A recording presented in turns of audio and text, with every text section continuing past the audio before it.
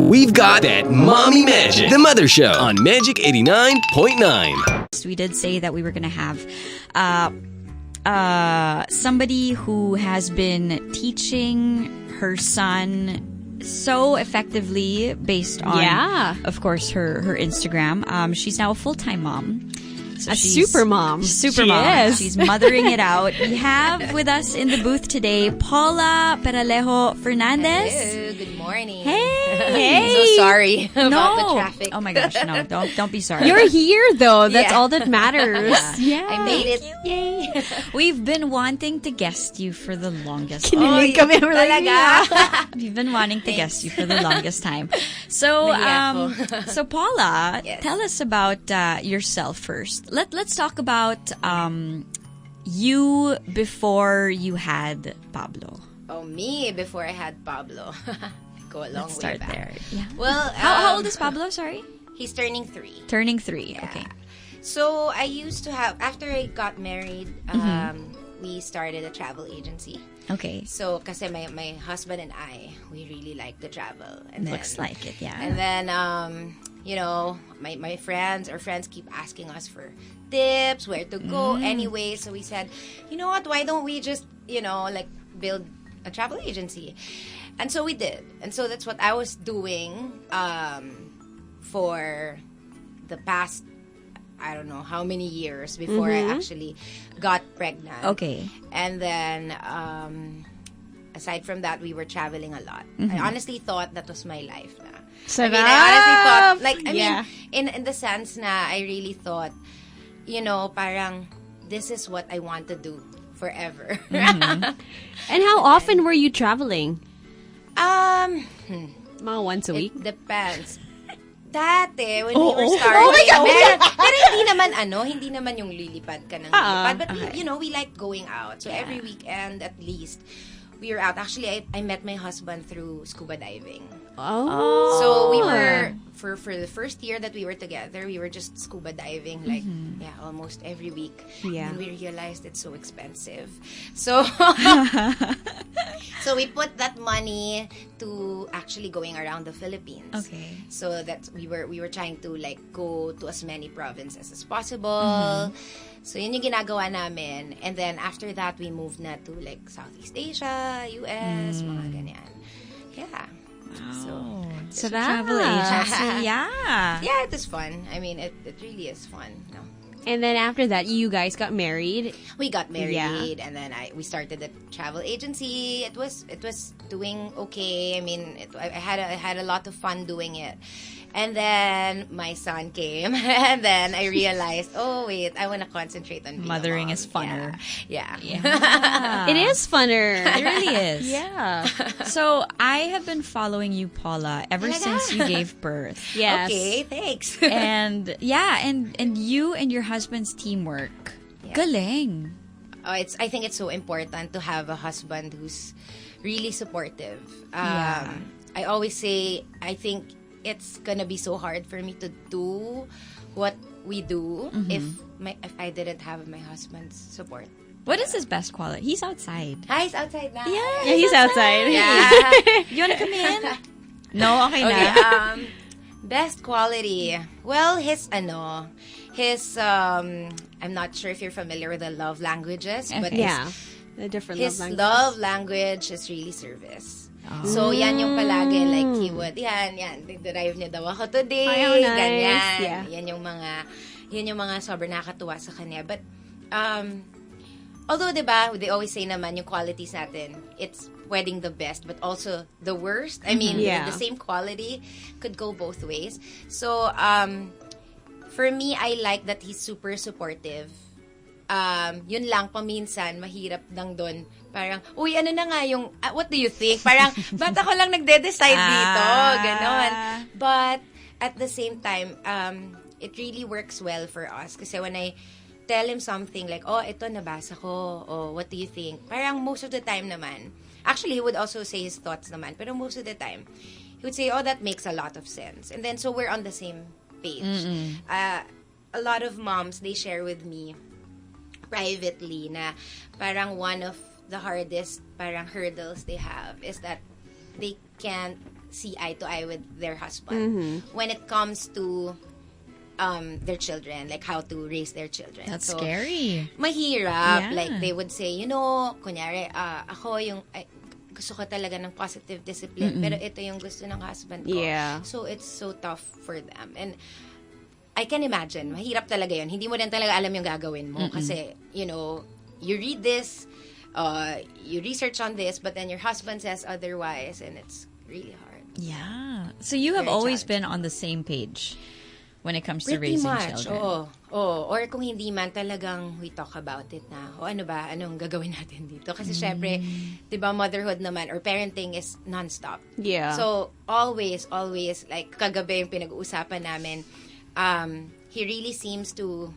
son really seems to like this music class na trinayin namin. Kasi sobrang, nandun siya sa stage na gusto niya yung music, gusto niya yung instruments. But then, we tried other classes na nung una gusto din niya. Ano naman to, hindi naman sila mga serious na classes talaga. Like, just to make him move or make him, have fun with music. So, nagustuhan naman niya yung parang active class naman yan, parang gymnastics kind of thing. Nagustuhan naman niya, pero nung mga third, ayaw na daw niya pumunta. So parang kami, okay, so hindi namin siya dinala, pero parang sabi ko, okay, so kung enroll natin siya, tapos babayaran natin, paano kung after second, ayaw niya. So yun yung mga minsan, di ba, parang non-stop yung, kahit na ilang basa ka na kung ano-ano, it always come into this situation na parang, okay, wait, what do we do? To decide. Yeah. And so what do we do? Yeah. That's a question every single day, diba? Exactly. So the husband or your partner is so important to be there with you to decide. Mahirap din to put all the pressure on yourself lang eh. But how did your relationship change when you had Pablo? Paano ba? Well, we don't get to go out as much together. Yeah. But then I always say na I think kasi for us, this is sa amin naman, no, our story. We were together for a long time. I think he proposed to me mga 6-7 years na kami together. Okay. And then when we got married, and yung 6-7 years na yun, lagi kami magkasama talaga. Tapos when we got married, parang ayaw rin namin mag-anak kaagad. We said, okay, I wanna enjoy just the two of us. So we were really, traveling, doing so many things together. So that when we felt na, we want a child na, we felt ready na. Yeah. So in a sense, we're saying na, you know what, parang I think naman all these years that we spent together, just the two of us, parang okay naman na merong trade-off muna ngayon. Yeah. Pero sa amin lang to. I mean, it really depends on your family, no? Sa amin, that's the way we see it. Kasi parang we've been given so many years together, just the two of us. So parang ngayon naman, ilang years lang din naman na my son is little. Yeah. So that's how we It's a good way to look at it. Yeah, but I mean, some couples naman, they get married right away.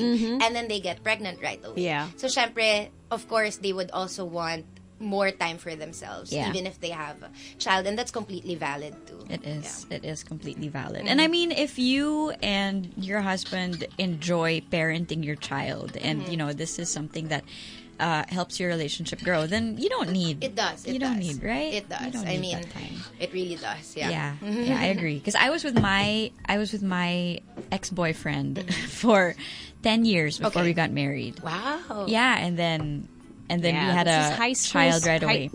College, sweetheart. Yeah, college. Yeah. And then we had a baby. Amazing. And that's the same thing I thought. Okay, that's the same thing cool. I thought. When it got hard and, the first few months when you become a new mom. Yes. Like, should we have done this right away? Parang, dapat yata we had a special bond before we got married. And then I'm like, no, There's no perfect years. time. 10 years. 10 years. What are you talking about? There's Perfectly fine. There's no perfect time. Sometimes when it's there, you just gotta deal with it. That's true.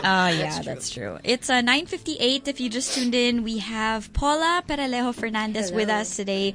We're going to be talking. So a lot of people have been sending in questions for you, by the way, Paula. So people want to... Don't worry. Don't worry.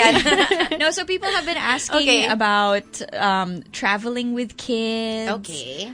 Maybe tips that you can give, because you've been everywhere. How many countries has Pablo been to? He's barely 3.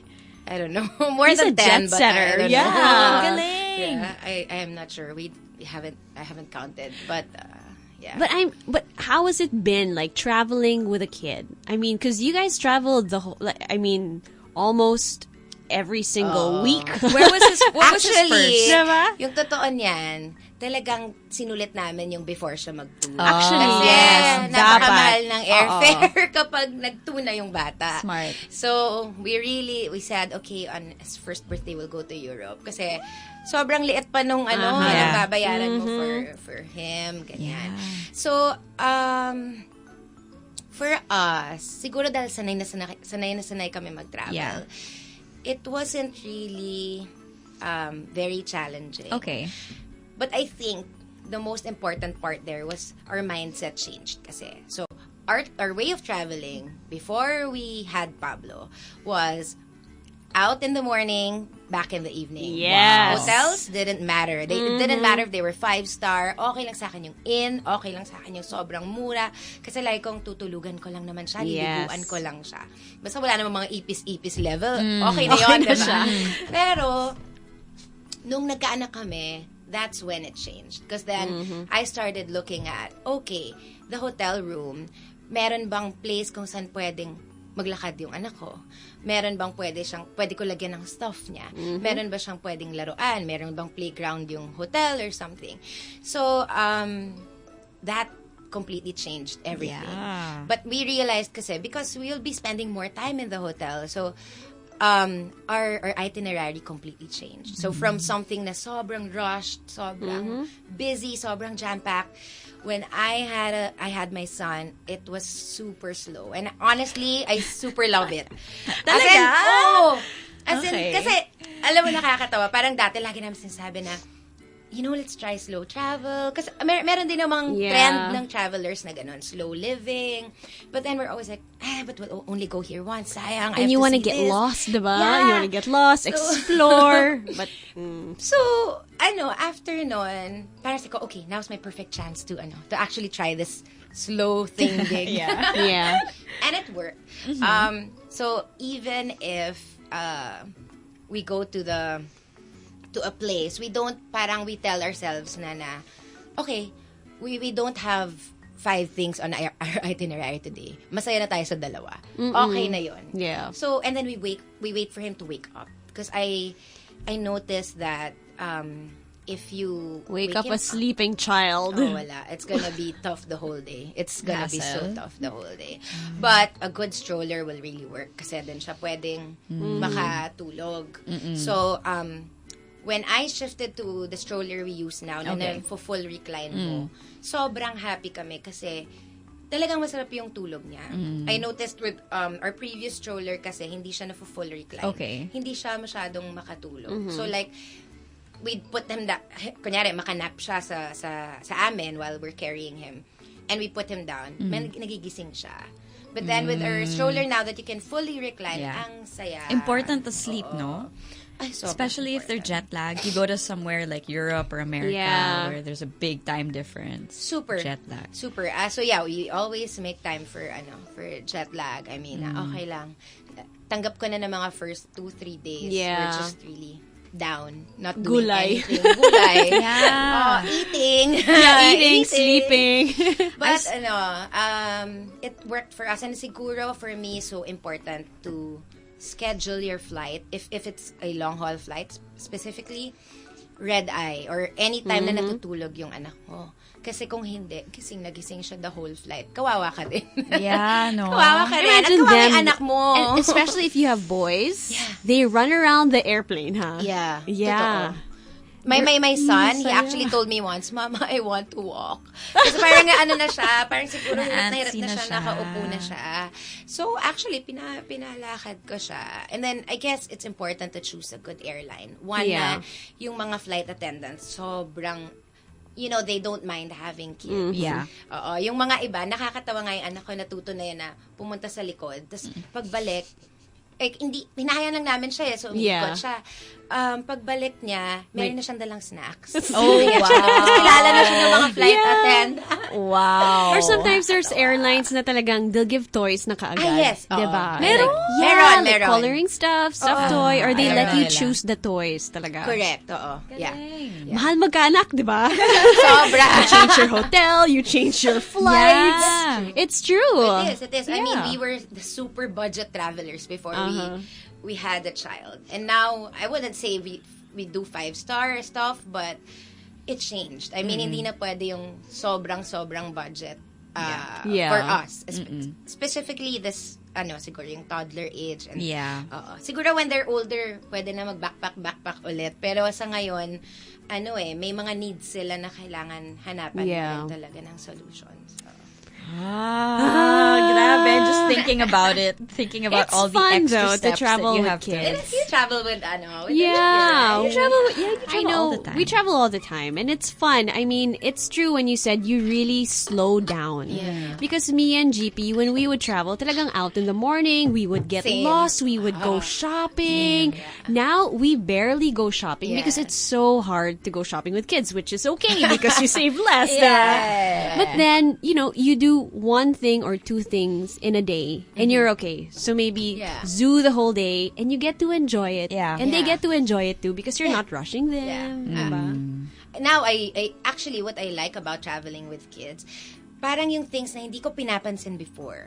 Like, even the simplest parks. Yes. Parang now, they're like, oh my God, this is so cool. Yeah. Okay, I've never seen a playground like this. It's really slow traveling. It makes you appreciate it, diba? Parang I feel things. more like I'm actually traveling more like a local now than a tourist. Funny in how that kids sense. make you feel that, right? Yeah, exactly. I mean, and honestly, parang I notice more of the culture Yeah. when I had my child na. So kahit yung mga parang mapapansin ko, yung country na to, sobrang hilig nila sa kids. Like, I remember when we went to Laos. I know some people say Laos, some Lao. Okay.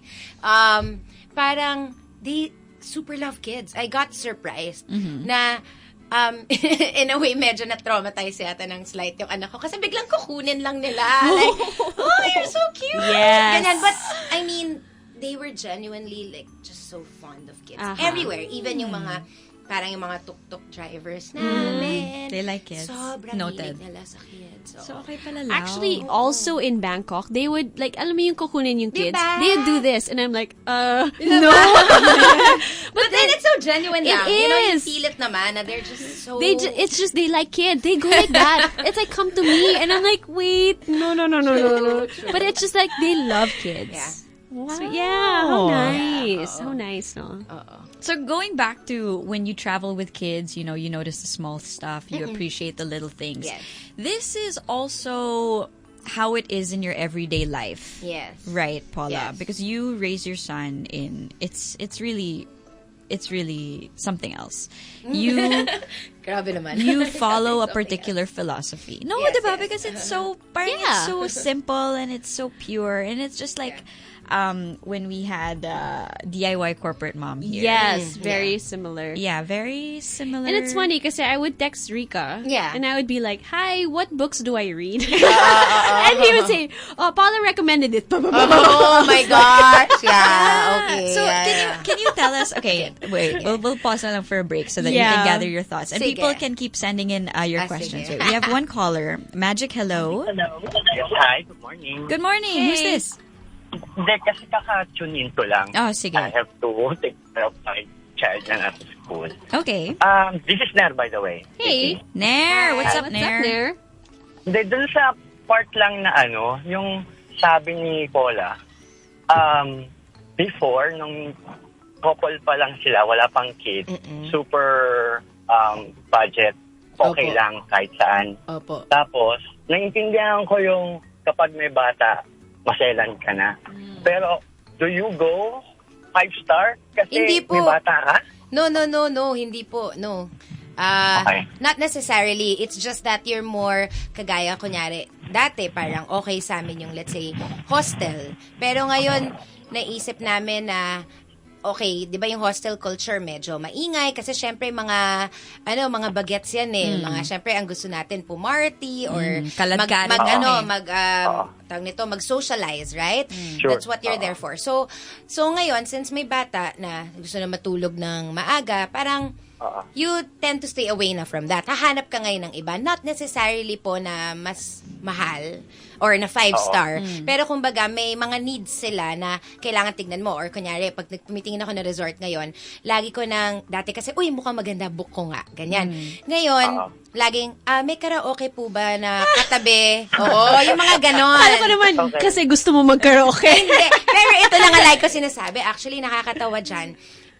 Ayoko ng karaoke kasi syempre maingay, di ba? Yeah. Yung anak ko naman sayaw ng sayaw.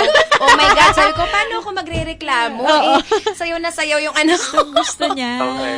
Oo, so yung mga needs lang po nung bata, tinitingnan Yeah. namin, not necessarily 5-star. Actually, hindi ako nagpa-5-star personally. Okay. Comfort Okay. lang. Actually, same experience tayo. Binanggit mo kanina na yung mga parks, nung dalawa kayo mag-boyfriend, girlfriend, or wife, husband. Yeah. Sa ibang bansa, pag nakita mong small zoo, papasukin mo eh. Dahil Yes! Ultimo San Rio, wala akong pakialam tingin location. Go lang, no? Grabe. Tapos yun nga lang, pag nagpabili, yari na. Ayun, Anyway, buti na lang yung anak ko, hindi that's pa my masyado. Hindi Wala pa. pa sa Wala ganon. pa sa stage ngayon. Oo. Thanks, Maraming Nair. salamat. Thank you. Thanks, Nair. Happy Friday, Nair. It's 10:10. Yung sinasabi ko sa anak ko when he sees something, "Uy, mommy, can we get this?" "No, baby, that's just decoration." Iba-iba talaga tayo ng no? One time, he did that to me in the grocery. There were like 5 people behind my back. I was Yeah. already paying. You know how these groceries are so smart? They keep the Yung little mga treats. stuff, yes. By the cashier. Posibleng hindi makita ng bata. Baby's bored. Mommy, pay for the groceries, and they have all the treats, and they're like, "Ooh, what's this?" Yeah. So he comes to me with the chocolate Yeah. egg. He's like, "Mommy, can we get this?" Everybody's looking at me, Okay, waiting okay. for what I'm gonna do. Oh my right? goodness. So, am I going to be the, grabe naman to, hindi naman binili yung, or am I gonna be the, diba? So, I had to put my foot down. I was like, "Baby, that's just decoration." I love it. Decoration, you're so funny. Kasi, diba? Yeah. It's not even like a Ako special naman, occasion. Ako usually I tell him, sige, I'll take a picture or I'll put down on your Yeah. list. Oh, you have that. You have a list. Yeah. So Okay. if I have a pen and paper, then I say, okay, I'm writing it down here. Since he can't read pa naman, so I draw. Nice. Or I say, I'll just take a picture and the next time if you still want it, we'll come back for it. And most of the time naman nakakalimutan. Yeah. Yeah. I just want it No. at the moment. Yeah. You know. Yeah. It's Olivia so funny. naman, when we go to a toy store, I have a warning already. Okay. I said, okay, we can enter, but no buying anything. Oh, It's nice. like, okay. So she'll just go around and look and then say, Mommy, I want this. And I say, okay, for Christmas. Yeah. Okay. Yeah. And then they'll forget about it. Yeah. So now, like, I haven't bought her a toy in a long time. So, you know, kapag special occasions, but it's her, of course, her grandparents. That are Always. spoiling. Always, right? I think we should give them that. I think Yeah, that's it's fine, okay. right? Yeah, let It's them okay do for- it. Yeah, sila na yung bahala sa spoiling. Yeah. Let them eat all the snacks. So sorry, I'll just tell Nana to buy it for me. Nice. Okay. It's 10:12. Paula Peralejo-Fernandez is with us. The phone lines are ringing like crazy. 6310899 Magic. Hello. Hi, hello. Hi. Who's this? This is Anne. Hi, Anne. Hey. Yeah, natuwa ako with Paula because of traveling with kids. I just want to ask, do you also consider the bathroom? Kasi parang yun yung pet peeve ko palagi pagka magka-travel with kids. ano po specifically sa bathroom? Ako naman basta malinis. Hindi kailangang malaki if that's what you're asking. Hindi po ako particular sa laki ng bathroom, pero definitely kailangan malinis. Kapag mukha siyang madumi, hindi ko na talaga siya pipiliin. Oo. Do you also parang nagbabasa ka palagi ng mga reviews or parang do you take time? Kasi to be honest, pag nagbabasa ako ng reviews, minsan hindi ko alam kung totoo or hindi. Kasi parang when we went to Cebu, ang ganda ng reviews ng hotel. Tapos pagdating namin dun, parang, okay. Hindi naman pala, ganun. So, is it parang, ginagawa lang ba nila to have these 3-star reviews? Or how do you, do you mostly ask questions to your friends kung maganda dito sa hotel na to, if they stay there already, ganyan? Hindi kasi ako sobrang familiar if hotels do that, no? I'm not familiar. I've never been asked to do that specifically. But I'm also very cautious with reviews kasi honestly, paminsan, kunyari, pupunta ako sa isang review site. Tapos, let's say, yung pinupuntahan ko, let's say, yung kinoconsider ko na resort, native yung style. Mahilig kasi ako sa native. Tapos, minsan, bibigyan ng 1 star kasi nakakita ng tuko. So, parang, medyo, syempre naman po. Syempre may tuko, Yeah, parang, medyo given naman na po yun, no? So, tinitingnan ko rin ano yung klase ng review na binibigay. Tapos, mukha ba siya nagme-make sense? Tapos, tinitignan din namin, gaano kadami yung nagbibigay nung ganun. Ngayon, paminsan, pwede naman kasi talaga na maganda yung experience ko. So, syempre, maganda yung isusulat ko kasi nasayahan ako. Pero pagdating sa ibang customer or ibang magsistay na, ibang tourist, hindi na sila happy for whatever reason. Pwede naman mangyari yon, kaya lang pwedeng ako lang yung nag-review tapos ikaw, you chose not to write about it na lang. Kaya pwedeng panay good yung reviews na nakikita mo sa site. Pero for me, tinitingnan ko na lang siya but not necessarily my only gauge of why I'll stay there. I guess tinitingnan ko pa rin yung amenities niya, tinitingnan ko yung location niya. Tapos kung hindi talaga maganda yung experience, edi ano na lang, hindi na lang kami babalik doon or magpapalit kami. Oo. Yeah. Hirap kasi po talaga. I understand you. I mean, definitely, it's so hard. Yeah. But you know what you can do? You look at the photos of the reviews. Kasi sometimes, diba, super edited the photos. And it's not true to itself. Yes. So what you do is like you really go to a lot of review sites and then you look at the photos. Diba? True. Me, honestly, I like Airbnb for that reason. Kasi medyo Airbnb. very truthful talaga yung reviews niya. So, kami, personally, we do a lot of Airbnb stays. Yun lang, before we got married, okay lang sa amin, actually, kunyari, nung nag-Europe kami, kung one night lang, okay lang sa amin magstay yung room lang. Yeah. So, nandun, yung nakatira, yung may-ari ng house, nandun, and then we just rent the room. Pero ngayon, nung nagkaanak na ako, syempre, kinoconsider ko rin, baka maingayan sila, or sabihin nila, yung anak ko, gusto syempre magtatatakbo everywhere. So now, ang pinipili na namin, yung buong apartment na, or buong room, yun na yung kinukuha namin. Different. Okay, thank you. Okay, thanks for the call. Bye. Thank you. It's 10:16 on the clock. So many people calling for questions. Yeah, and online as well. You guys can watch us, by the way, on Facebook Live. It's Magic 89.9 on Facebook and the Mother Show PH on Facebook as well. So go ahead, send in your comments and your questions and share this. Yes. So do we read some here? You want to read go some? ahead, go Okay. ahead. Somebody says, what's the best tip you can give for new parents who are planning to take a long-haul flights with young children? This is from Jade Gaspar. And you were saying, diba, to travel during, like, when they're Red sleeping. I think that's my best tip. Tatlo lang naman. Actually, 2 lang talaga yun. Get a red-eye flight and get a good airline. The airline is so important. Ayan din, nung bago kami kinasal, yung pinakamurang airline, go. Sige, Yes. I'll get that. Diba? Yeah. Lahat ng budget, sige lang. Pero ngayon, makikita mo rin yung difference.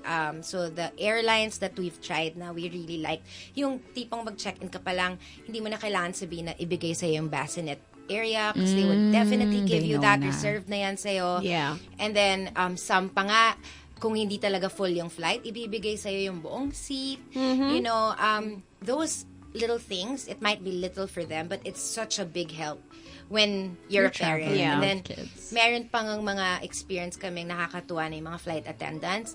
They would ask you, kung gusto nila, kung pwedeng hawakan muna nila yung baby mo. Kasi para daw makapag-rest ka. And guys, we're just flying economy. Hindi namin afford yung business class. So I mean, good airlines, kahit economy, sobra yung pag-aalaga nila sa'yo. Anong airline to? Off-air. Actually, madami. Talaga? Yeah, Madami, and you have to take advantage also if your child is young. Because, diba, you can cut lanes. Ay, diba, you can cut definitely. lines. Oo, you can board first. Board first, kahit di ka first class or business class. And then you have priority on the seats on the airlines. So they can put you like in front where there's a lot of leg room. Yeah. So you have to take advantage of that. Actually, yeah. Diba? Super if your kids saya. are young. Super saya to fly with, I mean nga, if you fly with a good airline, tapos you're flying with an infant, sobrang saya. They make it so easy for you. Okay, so your toddler is almost 3. Yes. Just to wrap up this whole traveling with kids thing, if you were to put 5 items in his bag for the airplane, what 5 items would these be? I think one would be wipes. Oh, you gotta have the wipes. Kasi, yeah. Another would be a set of clothes. Okay. Ayan. For long haul flights, I actually always bring a pajama. So, pinapalitan ko siya kasi I let him run and run and run in the airport. Para pagdating sa plane, bagsak na yan. Galing! Tulog na yan. Pero, papalitan ko siya kasi ibig sabihin sobrang dominant yan. Diba? So, papalitan ko na siya.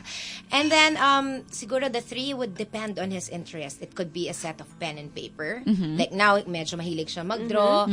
Pero, nung infant siya, ball. As in any ball. Sobrang tuwang-tuwa na siya. Oo. Stickers, yan. Actually, dati, alam mo yung mga baggage stickers dun sa yun yung pinapastick ko sa kanya sa sa plane. Oo, tuwang-tuwa na siya doon. Not much naman actually. But I would say, observe your child. Kung anong interest niya, yun yung dalin mo. Yeah. Galing! Again, intentional parenting. Before you fly out. Kasi iba-iba naman talaga. I can't say, even if I say, bring a pen and paper, yung anak mo hindi naman mahilig gumamit ng pen and paper. Di wala rin siyang use. I love how you make it so easy to fly with kids. She's sanay. She's a veteran jet setter. Yes. I think that was helpful, but I think the mindset talaga is important. Kailangan mo rin sabihin sa self mo na, ay, hindi na lang ako. It's not always me or what I want. Yeah. I have to take note of when my child is sleepy, when my child wants something. It's hard, no? If you're out, like let's say shopping district, your child is sleepy. You really, wala kang magawa. You have to go home. Or my husband talagang hawak siya and lets him sleep. Kasi pumapayag pa siya. Pero titingnan mo rin per stage Merong stage na hindi na nag-work yun for them. Yeah. Gusto nila nakahiga na sa Does it kama. still work for you guys? Almost It does. 3? It still works. Okay. Nice. Okay, it's 10:21. Paula's with us. We have her for a couple more minutes. We're going to be talking all about how she's been leading and teaching her son Pablo. He's almost 3. He's almost 3. And she has such interesting parenting philosophies which she shares with her husband. We're going to ask her to share a few tips on the Mother Show, so please don't go anywhere. We've been answering traveling questions from callers. If you have any more, you can tweet us. It's at the Mother Show PH, or give us a ring. It's 631-0899. Okay, so before the break. No, I love the questions on Facebook. Ano pa? So, Sige. manaming Pahabol. nagtatanong, Game, Paula. game. So, sabi niya, any plans of Showbiz comeback? Ayan. Wala po. Wala na. Tapos na ako dyan. Showbiz comeback. Diba? A lot of people are asking lang. How funny. Oo nga. It's funny because when you're single and you're pushing for, your spot in the limelight, or, you want to book gigs and everything, you're very assertive and you're very, give it to me. I want all the gigs, right? And then when you become a mother, somehow you can say no. Yeah. Yeah. I mean, even if you try to say talaga nothing will change when you become a parent, no, actually, everything changes talaga. Yeah. And it's the little things. So, actually, I have this hashtag in my Instagram, yung how parenting changes you. And then some parents, they contribute also. Kasi sometimes it's the little things talaga, like ganun, shifting hotels. I mean, di ko naman naisip na yun yung change pala na gagawin ko nung maging nanay ako. Pero yun, sometimes it's really the little things. It is. And it's such a huge shift, big Yeah, in and your then life, right? it's the little things, but then they're actually huge. Yeah. You know? Yeah. Yes. That's nice. Saying hi also to Richard Agnes Mercado. Sabi niya, I'm learning a lot from Paula, one of the thank best you. guests on the show. Oh, cute. Neth Martin also says, I'm so loving this show. Cute. Cute. Okay, so this one, this is from She's Snappy. I don't know if that's her real name, but she goes, Probably is. I'm a follower of Miss Paula from Bukidnon. hello. Would just like to ask Miss Paula regarding Montessori method. Oh, Can ito na. she give just a general idea about it and how or what made her decide to be a Montessori mom? Ang hirap, no? Ang hirap magbigay nung simple, So would you consider it ba like the Montessori method of how you're Well, raising actually, Pablo? Maria Montessori always said there's no such thing as her method. Yeah. It's really observing the kids. So, siguro, for me, what drew Montessori to me was the fact that among all parang the philosophies there are nowadays, they're all beautiful naman, they all make sense. But what I really liked about Maria Montessori is that whatever she came up with, it's because she was actually observing children. Parang it all came from observing children. So then she would find out, actually before I remember she would give pa nga daw toys. She would present toys to children, pero parang hindi daw pinaglalaroan. Okay. So she kept presenting and presenting. And I remember I read this line about her before na she would treat everything that she put out for the kids as a gift. Okay. Parang, you can take it if you want. And if wala, I'll take no offense. Kumbaga, sige, that's yours. That's for you to, to manipulate, to check out. And after a while, that's how she got the ideas na, ito yung nag-work for kids. Dito talaga sila nadadrawn. Ayaw nila ng toys, actually. Mas gusto nila yung real stuff. So, yun yung reason kung bakit ako na-draw kay Maria Montessori. But at the end of it all, I think what's really important, marami tayong mababasa about Montessori, but I think it's really important to follow the child. Yun naman yung famous siya. When you follow the child. But I think it's important na intindihin na follow the child in the sense na hindi naman lahat na lang nung gusto ng bata. Yun yung usual give na in, parang ganun. yun kasi yung usual na parang misconception about Montessori. I think it's more of following the developmental needs of the child. Okay. So, meron siyang mga tinatawag na sensitive periods. You can Google that. Medyo mahirap siyang i-explain like in a show with limited time, no? But sinasabi niya na kasi na lahat ng bata, we go through different periods na kung saan very sensitive tayo. Okay. So, kunyari, from 0 to 6, sensitive tayo for language. So, that's the reason why kahit tayong matatanda, mag-aral tayo ng French ngayon, ang hirap, diba? Mag-aral ka ng Korean, kahit nanonood ka ng Korean novela, parang ang hirap pa rin. Pero yung mga bata, parang 2 days na may kausap na Korean or something, they pick it up so quickly. And then diba, they know na how to speak, they can speak multiple languages without having any, a difficult time. Yeah. It's because yung minds nila sobrang absorbent pa for that kind. Isn't that beautiful? Yeah. It's like Diba? a clean slate. Yes! And I read this thing before na I think is so beautiful. It said, parang we are not born to speak a language. We're born to speak any language. Yeah. So yung tongues natin, kaya talagang mag-adjust sa kahit ano. Kaya yung sinasabi nila na parang mamimili ka lang, Filipino lang ba tuturo mo or English? Ano ba yung mas importante? Actually, kaya ng bata lahat. But from what I've read, it's very important daw yung sinasabi nilang one person, one language. So that's what we kind of did. Like, kami ng husband ko, we would talk to my son in English. And then si Daday, yung kasama namin sa bahay, from birth, sinabi na namin sa kanya, Dada, ikaw naman yung Filipino. Para marunong din si Pablo. So, siya Filipino. So, now my son can actually speak both without any difficulty. And he can easily switch. Pag si Dada yung kausap niya, kakausapin niya ng Filipino. Pag kami, English. Pero pag tinatagalog namin siya, sasagutin din makakasagot din siya. Yeah, that's so important now because some of the kids that I'm around, they don't know how to speak Tagalog. Nahihirapan sila when they get to big they school. fail their Filipino class, diba? Yeah. So that's what some parents don't know is that in between the age that you said 0 and 6, they can absorb any language as long as para silang sponge. From 0 to 6, yun lang, sponge sila. So they absorb both good and bad. Yeah. Wala pa silang masyadong capability to tell na, oh, this is the good one and this is the bad one. That's why modeling and showing them what's good is so important. Kasi pag may na-absorb silang bad, hindi naman nila alam na bad yun. Kumbaga talagang sobrang parang sponge lang sila na lahat i-absorb lang nila. So it's up to us to be like the moral compass of our children. Right. Yeah. So this is just like a snippet of what it's like. It's hard, no? It's a very, it's a very broad topic. And it really is. Yeah, but siguro I would say look into sensitive periods. If you're into Montessori, that's very important in understanding your child. And for movement, for fine motor movement, mapapansin mo for order. Yun, usually dyan medyo na challenge yung parents. Like, paminsan, sasabihin nila, ang OC ng anak ko. Pero actually, it's really a period. Lahat ng bata dumadaan sa stage na gusto nilang i-line up lahat ng cars nila. Gusto nila pare-parehong kulay. I remember Maria Montessori had this story na may umiiyak yatang, parang umiiyak ba yung bata niya or parang something like that, expressing some form of complaint. Okay. Hindi nila maintindihan bakit. Yun pala kasi yung nanay, parang tinanggal ba niya yung coat niya or something like that. And then the child was so used to seeing the mom with the coat.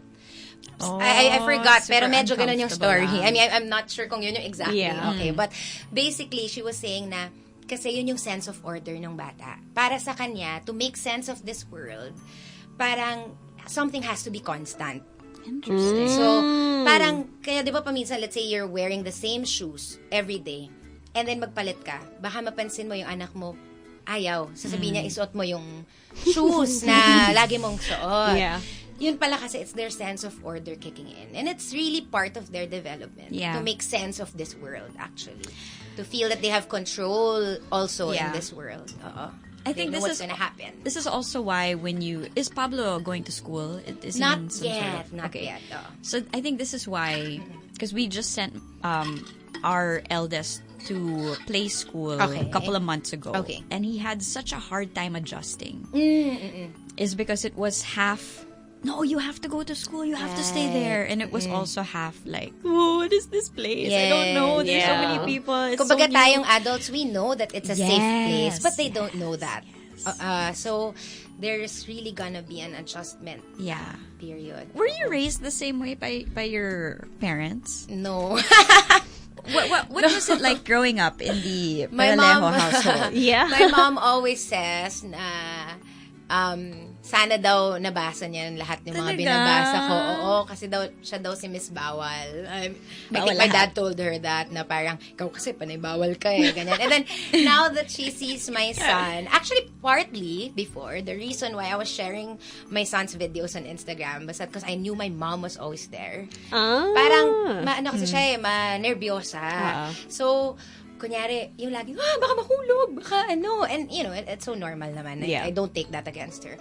But, parang, whenever she sees videos, mas iba naman yun sa real life. Kumbaga, hindi siya masyadong kinakabahan. So, medyo na-train na okay, Pablo can do this. Ganyan. And after a while, natatawa kasi mas confident pa siya. Parang, kaya na niya yan. Ganyan. So, cute. It changes naman. Nakakatawa nga sa moms, they told me before, ganun din daw ginagawa nila. Pinapa-follow daw nila yung mom nila sa account ko.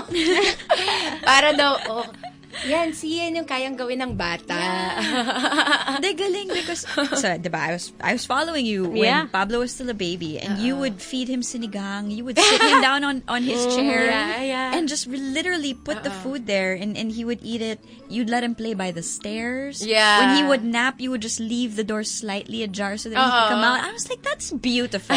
Right? We don't have that much faith in our kids. Well, personally, I did not think that I could do it. give them so much freedom at such a young age, because you expect and growing up, because that's how I was, that they can't, and you have to do everything, and you have to lead, and you have to teach. But actually, if you step back, they might, and just watch them. They might teach you a thing or two. I think it's important. I think another Montessori principle is the prepared environment. Yes. That's why it's so important. You prepare the environment so that you can let your child explore and have that yes space. Yeah. Kasi nangyayari, syempre, kunyari, maraming dangerous stuff talaga. Hindi mo talaga mapapabayaan yung anak mo na mag-explore. So I think sa Montessori, yung job namin as the parent, if you follow the Montessori principles, is to prepare muna the environment before the child gets in. Para kapag pumunta na siya doon, sige, do whatever you want. You can explore just leave them there. So basically, you curate that environment, no? And it's been so helpful. I always say na nung una, mas mukhang challenging siya kasi talagang kailangan tutukan mo yung anak mo. Pero I'm actually reaping the benefits now. So I've had a couple of people come up to us even when he was younger in restaurants and say, "How old is your child? Ba't kumakain na siya mag-isa?" Like, and kasi lagi raw nilang challenge, they would share na laging hindi kami pwedeng sabay kumain sa kanya kasi kailangan i-feed namin yung anak namin. We have to wait for him to finish. And with us, parang since we did that from the start, hindi na kami nagkaroon ng adjustment period. So, nung kaya na talaga niya kumain on his own sa restaurant, sabay-sabay talaga kaming kumakain. So, mga things like that. And then now, ayun, pwede lang namin siya iwanan actually sa bababa na lang siya pag nagising na siya. Yung, mas madali na for us. Pero in the sense na, mas madali kasi alam mong kaya niya. Pero at the same time, yung medyo mahirap doon, kayang-kaya na niya. So kapag kunyari, naantok ka na talaga, ayaw mo na buksan niya yung pinto, kaya na niya buksan yung pinto, ano gagawin mo, diba? Talaga. So you're really just letting him. Pero yun na nga, keep the environment safe na lang. Kami, we don't baby-proof. I think that's not a Montessori principle as well. Okay. We don't baby-proof except for yung kunyari yung mga saksakan. Okay? Pero, we don't really have a lot of, alam mo yung sa mga walls, may mga kinakabit para daw hindi mauntog yung child. Because in Montessori, there's a big, we really do natural consequences. Parang, I think that's the fastest way for a child to learn. So, kunyari, mauntog siya dun sa dingding, nakita niya, ay, may dingding pala, or ay, masakit pala. Next time, di na niya uulitin. And kaya ako naniniwala dito kasi kahit nung bata ako, the best lessons I've learned was actually from natural consequences. Experience. Remember when I was a child, gustong-gusto ko yung, alam niyo yung heater nung unang panahon, yung nilalagay pa sa timba. Kuryente ka. Kuryente, di ba? So, laging sinasabi lang, wag yan, makakuryente ka, ganyan. Syempre, bata, nilagay ko yung kamay ko nung wala nakatingin. Di na kuryente nga ako next life. Pero after noon, no one had to tell me not to touch it because I knew. And so, when I read about natural consequences, I was like, oh, this is genius. You know what? Actually, this really works. So, from a young age. And I can tell that with my son, it really works. Alam niya. And his body awareness. Alam niya. Kasi we just let him. Galing. So is it really like going back to the basics talaga? Alam mo, yes. No? I would think it's so complicated. Ano ba yan? Montessori, ganyan. Diba?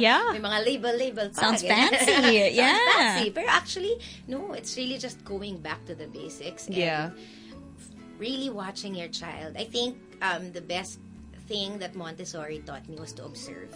Kasi sometimes we're so, diba, as moms, we're always filled with thoughts. Ano gagawin ko? Kahit ako sa phone, kahit kasama ko yung anak ko ngayon, sulat ko yung mga to-do ko, sumasagot ako ng mga kailangan sagutin, diba?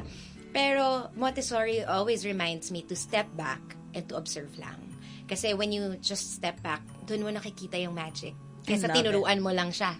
Parang, ang dami niya nagdi-discover on his own kasi hinayaan mo lang siya. Yun. I want to go home now and just like observe my child. No, but true though. But I wonder, because I mean, we are all homemakers, right? And I wonder how it is for working moms. So, diba? How can you say, like, observe your child when you have, like, a limited time with them only during the whole week? Yeah. Definitely. I mean, definitely it's more challenging. Yeah. No? I mean, ang hirap din. Alam mo, ang daming moms nagkakwento sa akin na, yun nga, like the other day, I was sharing yung traffic ng Metro Manila. Yeah. Nakakaawa yung mga parents na, they just want to be home for dinner at least. But they can't because it's just the traffic is so bad. But I think hindi naman kailangang 24 hours talagang ino-observe mo yung anak mo. I mean, if you can do that, and that's awesome. Pero hindi ka rin naman nagkukulang as a mom kung kunyari nagtatrabaho ka.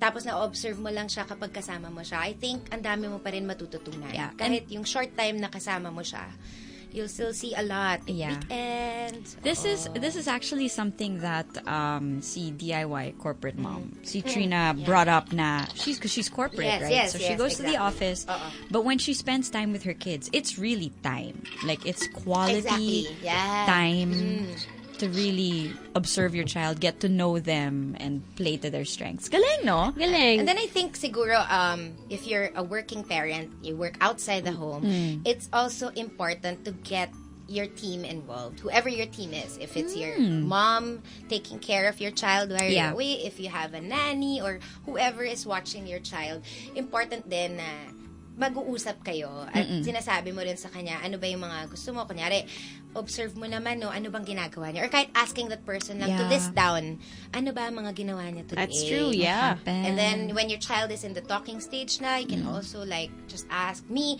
I like asking my son, kahit magkasama kami buong araw, I like asking him, what did you like about today? Oh. What made you happy today? Because then, I'll see his point of view. Kasi, syempre, ako nag-o-observe, but it's still my own thinking. Diba? I can't really say na yun naman talaga yung iniisip ng anak ko. Diba? So, I think when they're in that stage na they can actually express their thoughts already, it's important to ask them, what did you like? What did you do? How did you find it? Yeah. Was that hard? Yeah. That's got to be there's got to be some psychological positive effect that happens to the child when they recount the day, right? Yes. Yeah. And helps them with memory as well. And when you ask them, what made you happy today? Just recalling and, answering this question. Yes. Oh, mommy wants to know why I was happy today. This is why. But there's got to be something positive happening. And right? sometimes it's the answer that you don't expect. Yes. Yeah, because like for example, like I played with Olivia like yesterday, like the whole afternoon. I built her a house, we put blankets on top of her, and we played princess and dress up. And in the afternoon, we planted. Okay. Because I bought pots, and I said, okay, I'm gonna transfer it so I can have my little babies I can put inside the house. So that night, I said, oh, so what did you like about today? Oh, Mom, I like when I was digging in the Exactly. in the dirt. And I was like, yeah, but I built this like castle for you, and I dressed up for you, and then you just like this super simple activity that we did. Diba? Like, yeah, kaya it's important to get their point of view kasi you'll be surprised. Sometimes kasi we forget to ask, diba? Parang we just assume, we think kasi we're adults. And this is what they like. And then this is what they like. But then you ask them and they'll give you a completely different answer. Yeah. See, this is, and if you just tuned in, we're talking all about paying attention to your child, getting to know them, letting them lead in terms of playtime, and of course asking them, just like a simple question, like how was your day? What made you happy today?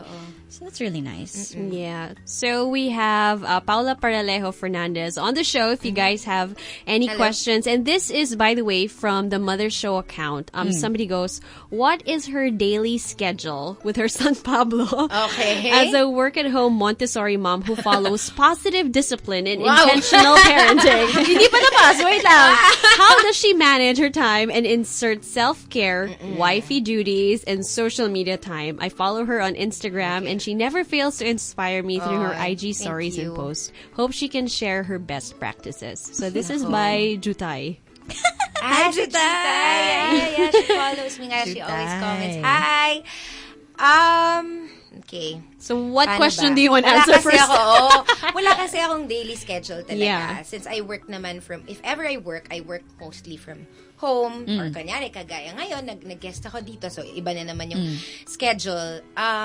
So, I just really take it by the day, no? Okay. Kasi hindi pa naman kami nag-homeschool talaga na formal, na may schedule but or whatever. you're homeschooling. I am thinking about it. So, I feel like you would I'm be a really great- considering. Yeah. Thank you. So, I'm considering that. But, wala naman kami talagang schedule. I think it's important lang na you let your child know what your plan is going to be. Whatever it is. Like, kagabi, sinabi ko sa kanya, anak, when you wake up, I will not be here. Pero, kanina medyo nagising siya. Pero, sinabi ko na, I will not be here because I have work. I'm gonna be with Papa. But then, we'll come back for you. Yun lang.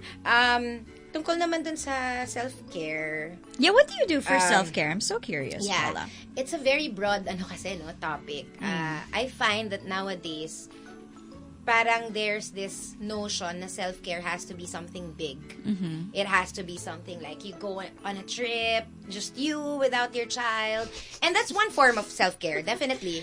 Yeah, it is. It is one form. Ricky Flo like that. Yeah. Nakamark na yung calendar ko, no? I mean, diba? It is. Yeah, sometimes it's... It is. Yeah, But my point lang is, I think, nagkakaroon ng notion na kailangan laging ganun. Pero hindi naman. Yeah. Hindi naman din. You can, of course, do that if you want to. But it's also the little things within the day. So, me, when I talk to my friends on Viber, honestly, that's my self-care. Hi, Mar. She's listening today. Hi, Teacher Tanya. Yan, yung mga ka-Viber ko. Yan. Yun yung self-care ko. Kasi since hindi naman ako laging nakakalabas, I get to talk to them. That's really one form of self-care for me.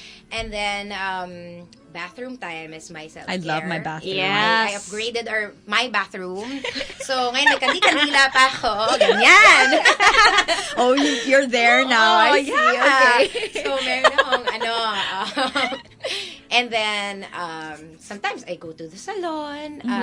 But most of the time, sa isang araw, I'm just alone. I think that's already my self-care. I read a book. Actually, that's my self-care. Or I watch something. So, when my son is asleep na, Yeah. Yes. and I'm not sleeping yet, I watch random stuff. What do like you now, watch, Korean Paula? novela. Pero random stuff. Minsan documentary. Kung ano nasa Netflix na parang interests me, yun yung pinapanood ko. And then, I read, nag-e-books ako kasi nakapatay ng ilaw. So, e-books, yun yung mga ginagawa ko. Or Nothing I look grand. at Instagram. Yeah. So I think yung self-care naman, hindi siya kailangan grand palagi. Yeah. Yun ang napapansin ko minsan na messages sa akin ng mom na akala nila kasi kailangan i-treat mo ng sobra-sobra yung sarili mo. But I think having time to do what you like is already self-care. Yes. So whether it be drinking coffee uninterrupted, diba? Yeah. I mean, I don't like coffee. Yeah. I don't drink coffee. But I mean, for many people, that, diba? Having that or reading a good book or having a biscuit while you're drinking coffee, that's already self-care. Self-care in itself. And you can do it every day. And you can do it, you Yes. need to do it every day or else Yes. you'll go crazy. How about wifey duties naman? Wifey duties, ano ba mga duties ko? Wifey duties. Diba? Diba? Like, ano Husbands ba? all time. Hindi, pero kasi I'm always with my husband naman. Yeah. So we get to spend time together. I just make sure that I also really make time for him. But it doesn't have to be like, ayun nga, a trip na kaming dalawa lang. For us, actually, we always get to talk when Pablo's asleep. Yeah. Pag hindi pa siya naaantok, that's when we actually really talk. Minsan, he'll make noodles for me and bababa kami, kakain. Yun lang naman din talaga yung gusto namin. So, happy na kami doon. Yeah, parang mini date night, diba? Without having to Actually, dress up. And sabi nga everything. nila, hindi ba kayo nagde-date? ang lagi ko sagot, actually, kahit nung wala pa si Pablo, hindi naman talaga kami lumalabas para kumain. Bihirang-bihira. First of all, we're vegetarians. So, Oh, wow. bihira kaming... Well, ngayon, actually, ngayon marami ng mga vegan restaurants. Pero ngayon lang yon. Nung nagsisimula kami, halos isa, dalawa, konti-konti lang ng mga places na pwede namin puntahan. So, bihirang-bihira rin kaming lumabas. Sorry. Except for travel, I mean, Pablo is also vegan. No, he's not. Well, he eats what we have at home. We're vegetarian, so we have dairy pa naman. But, ayoko na kasing ayoko nang maging issue to sa mga in-laws or sa mga mama ko. So parang, if they want to feed him, you know, like, shrimp or whatever. Steak. Go. Pero ang ko lang, basta wag naman yung sobrang process. Kumbaga sana home cook. Yeah. Yun na lang yung ipakain. Saka wag naman yung mga mahirap na talagang to stay away from, like bacon. Wag na yung mga ganon. Pero kunyari, like my son, he loves shrimps. Kasi yan ang napakain ni lola niya. Sa kanya, okay lang naman sa amin yun. Tapos, my mom naman, fish. So, yun yung mga kinakain niya. Okay, that's cool. How long have you been vegetarian? Tagal na. So, mga 10 years, ganun. Wow. Matagal na. So, yun. Kaya hindi rin kami talaga kumakain sa labas. Ngayon, kasi hindi rin naman talaga kami ganun. Masaya na kami na nagluluto sa bahay. Simple date night. Whatever. Simple, yeah. It's 10:57. Saying hi as well to Tito Lucio Pua, who's tuned in via the radio in his car. He says, loving the Mother Show, learning from people who learned either from research or experience. Thank you. Hi, Tito Lucio. Thanks for listening. Hi. Also to Popoy, to Chinks, who says, learning a lot. So glad I'm tuned in. To Butter Baby, who says, uy, I listen again, tapos si Filipina Diver ang guest. Ay nako, hindi na po kayo out na yan.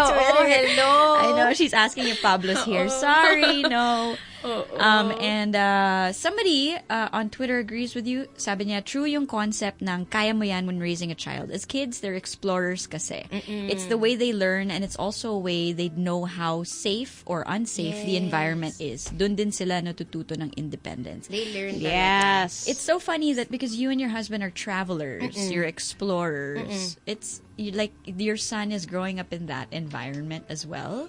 Yeah, I guess. Oo.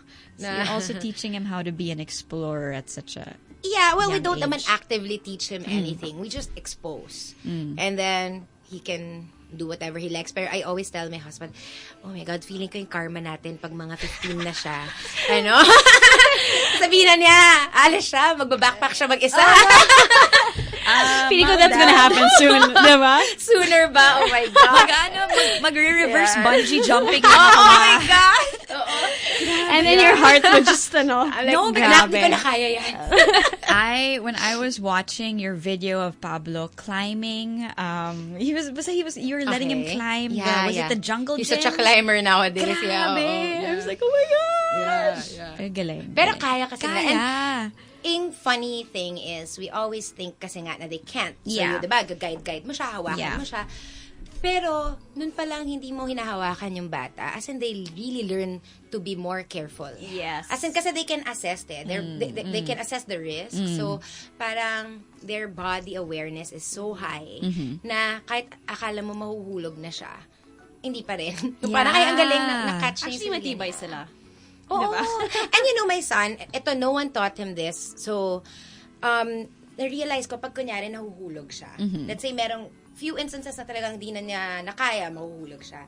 Ang ginagawa niya, nagka-curl up siya para yung head hindi tatama. And I'm like, ang galing. That's such a human instinct. Yeah. Kasi hindi mo siya tinuruan ng way mo. Kumbaga, like, parang hinayaan mo lang siya na mag-explore ng body niya and all. So, siya, instinctively, yun yung ginagawa niya. So, ang galing. Never tumatama yung ulo niya. Kasi parang, uy, nagka-curl siya. Ang galing. Yeah. Wow. Grabe. It's 11 o'clock. If you just tuned in, we have been talking to Paula Peralejo-Fernandez, all about traveling, all about Montessori, observing your child. A lot of people have been sending in their questions and their comments online. Thank you very much. But you can also call us up just in case you have any questions. For Paula particularly, it's 631-0899. Also, before we go on a break, a lot of people are also asking kasi like if you are in Metro Manila and you said that you like going outdoors and out of town, like what places do you recommend? Good question. Oh yeah, very like good in question. Metro Manila, in the Philippines, question. and then like international since you guys like traveling. Alam nyo, sa totoo lang, I always say naman na parang mas madali talaga mag-outdoors abroad. Yeah. Honestly, kasi una, malamig. Walang maraming insekto. Yung pag bumabalik sa kanya, anak ko, wow, hindi siya mabaho. Yung, diba? Hindi amoy pawis. Oo, hindi amoy pawis. So, alam ko naman na I acknowledge na talagang mas mahirap siya gawin, especially in Metro Manila. Kasi mainit, humid, and then ang daming insekto, and then kulang. Sobrang kulang tayo. Pero the good news is, marami na, I mean, may mga parks naman tayo. So, meron yung La Mesa Eco Park. I highly recommend that. I've never heard of that. Sa may, siya, sa may Fairview area. And yun lang, medyo baka malayo sa'yo ng South ka, no? Pero sa South, di ba, sa Alabang, marami rin namang mga tiny Madaming parks. Yeah. Dami. There's a farm, there's in Nuvali area. I love those little patches of green that you can go to, diba? And then I saw recently in Circulo Verde, they have a bike playground for kids. A bike Oo. playground. So, kung mahilig-hilig na magbike yung anak mo, meron siyang mga tiny hills na grass. Yeah. Oh, and then UP. UP is a favorite of Love mine. UP. And then Rainforest Park in Pasig. Sa South, hindi ako masyadong familiar kasi bihira kami doon. But we birdwatch and we used to go to Las Piñas we call it Alpipichea, but it's called something else now. I think Las Piñas Wetland Park or something. So you can also call, I think, DENR to get a permit, and then you can actually Wait, you need a... go there. And then just for that particular park. Oh. But I mean, yeah, and then, saan ba? Paminsan sa mga hotels, like kunyari, yung mga Sofitel, di ba? Yeah. Meron silang parang Outdoor area. Pwede ka mag-dine, Nice. tapos, Pero, excuse me, aside from outdoors naman, kung siguro nakatira ako sa, let's say, Europe, I won't go to yung mga indoor playgrounds kasi ang dami-dami nilang parks. Outdoor, yes. Pero kung kailangan lang talagang mag-move ng anak mo, I also recommend for Metro Manila, kung talagang hindi nyo kayang lumabas, sobrang init or ulan ng ulan Lamok. or whatever. Natakot ka sa dengue ngayon, Yeah. no? Pwede ka rin naman muna mag-indoor playground. So, yung kahit mga gymboree, ganyan, mga kidzuna. Yan. Ang dami na din ganun. Madami Yeah. kasi it makes your child move and movement is so important for children. Although outdoors is even more like, of course, it's always better. Yeah. It's different. I remember even we went to an ophthalmologist before just to have Pablo's eyes checked. Okay. It's good to know that there are doctors who actually just do a checkup lang. I mean, wala naman, nothing was really wrong with my child. I just wanted to see if his eyes were really okay. And then he said, his eyes are okay, but since ako may grado, medyo prone siya magkaroon ng grado. So sabi ko, Doc, what can I do to prevent this? Outdoors. No He said. way. Yeah. Because he said, sabi niya, in the studies, like, yung mga Asians daw, yung mga Westerners, usually, Europeans, ganyan, they have good eyesight kasi they're usually outdoors. So their eyes are trained to look far. And then they have a lot of sports, di ba? Yung mga throwing, Hand-eye kicking. coordination yan. Yeah. Tapos ang layo. So, natitrain yung mata mo na, I will look that far. Asians naman, on the other hand daw, kahit na, kahit na hindi tayo nag-phone, but we're cooped up in books. You know, we look near. So, yung eyes natin, mas mabilis magkaroon ng grado. Kasi ito lang, parang tinitrain natin yung mata natin, hanggang dito lang tayo titingin. So, he said, when you bring your child outdoors, your child is forced to look, as far as possible. Broad. So that actually prevents your child Nature from really heals. It really does. Nature has everything you need, to be honest. Take note, And bring your child outside if you want good eyesight. No, and also, not a lot of parents bring their kids outdoors na. Kasi nga, diba? Stupid dengue, stupid mosquito. It's not even about dengue. Sometimes it's just, there's no place to bring them. yeah, in That's Manila, convenient. mahirap talaga. I get it. Oo. I get it. Pero marami naman, like in my blog, I share share kung ano yung manahanap naming day trips from Manila. Yung mga Tanay area, madami dyan. Na meron din... sa may Antipolo area, madami rin. Or sa may Pampanga, yung mga farms, okay din yan. And they're just like 1 hour, 1.5 hours away from Manila. Yeah. So on weekends, you can definitely do it. And it's gonna be so healthy and helpful for your child. Beneficial. And for the whole family. For the whole family, pati Fresh ikaw, air. diba? Yes. Ayan, yan ang isang problema natin sa Manila, no? Yung polluted air talaga. Yeah. Fresh Hard. air. It's so hard. Yeah. It's 11:06. Saying good morning to Coach Chappie Calianta, who's Coach listening. Chappie. Says, always learning something new. Hello. Yes to more time outdoors and resilient children. Love it. Her husband, Charlie, is in the booth. Just in case. This won't be the first time that we've ambushed a husband to go.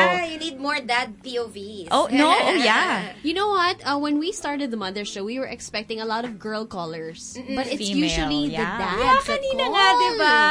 Cute Yeah. But hey, so we're opening the phone lines also if you have any questions. Yeah. It's 631-0899. And if you're shy to call, you can also message us on Instagram. It's the Mother Show PH, or chat with us on Facebook because we are live and you can share this stream online. Yeah.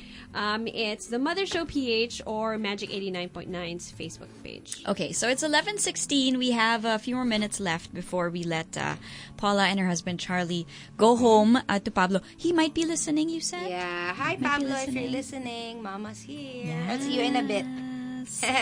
Okay, so if you have any questions, like Andy said, it's 6310899 at the Mother Show PH on Twitter. Plus, we are live on our live stream. That's facebook.com/magic89.9. Okay, so we're talking all about traveling, all about Montessori. I really want to put... Sige, go. No, somebody, Chris Corner, over Facebook, over Instagram pala, sabi niya, kindly share how does she handle regression, if there's any. Oo nga, I wanted to know about regression. Meron ba tayong na-experience? Ay, hindi.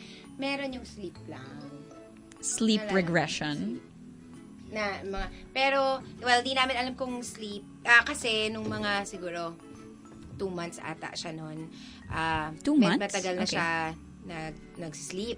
Siguro mga 7 hours, ganun. What? Pero, I just really followed what I read na kapag gabi, turn off the lights. Pag umaga, daytime, nakabukas yung mga bitana, lahat. Kasi, pag lumabas daw ang bata, meron na rin parang rhythm nila.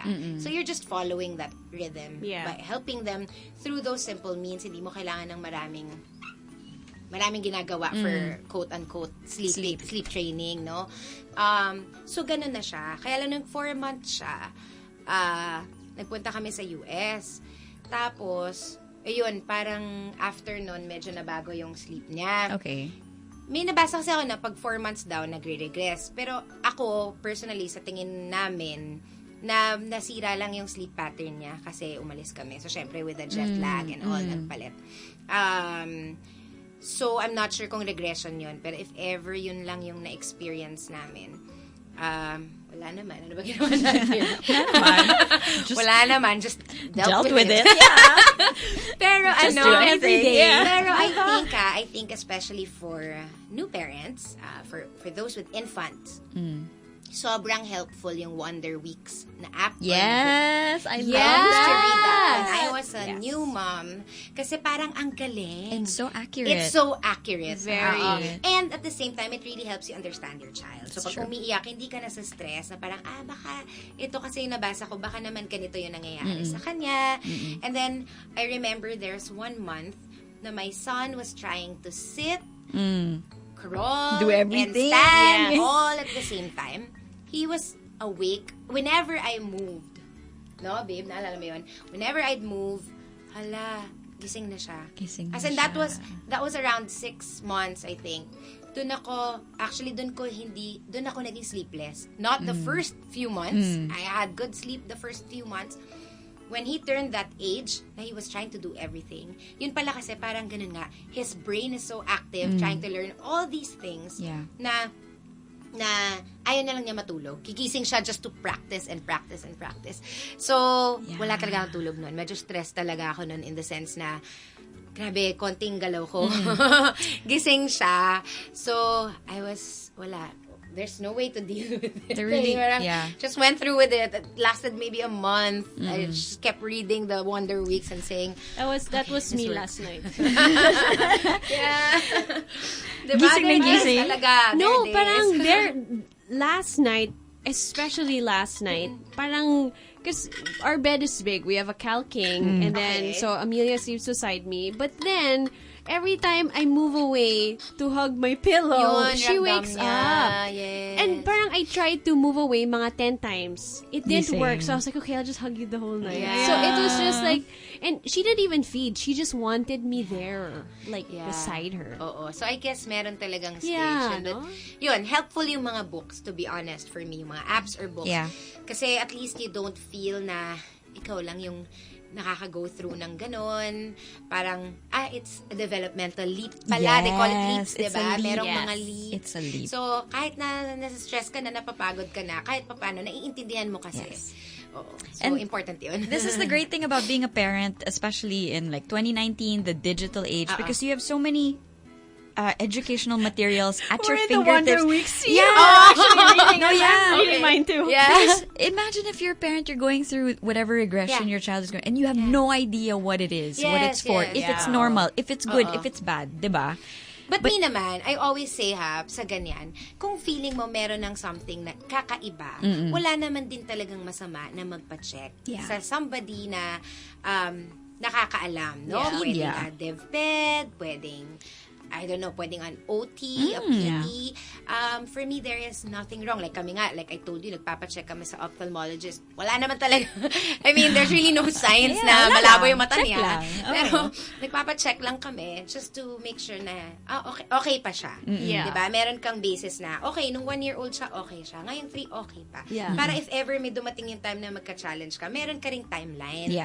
And wala namang masama doon, hindi naman ibig sabihin nagkulang ka sa parent. Minsan kasi gano'n, no? Meron tayong parang, ayoko pa check kasi parang baka it's a reflection of your what choices. I did wrong, Yeah, of my choices. Definitely, that's not the case, no? And the earlier that we have our children checked, the better we can help them. If there's help that's needed. Kung wala naman, di ba parang for me, it's a win-win situation eh. Kung merong kailangan problema, may problemang kailangan ayusin, someone can help your child. Kung wala naman, at least, you know, there's really everything's nothing. okay. Yeah, everything's okay. Regression. Yeah. Diba? So, what are the apps that you recommend for like new moms? I mean, parang so ako Wonder Weeks lang yung diba? So we have the Wonder Weeks. Titignan ko baka nakalimutan ko lang. The Wonder Weeks. You guys should get it. You can plug in multiple children. So meron siyang book. Yeah. Meron siyang book, pero meron din siyang app. So you can choose whichever you prefer, no? I guess many moms would prefer apps kasi mas madali siyang ma-access. Or you can get the e-book.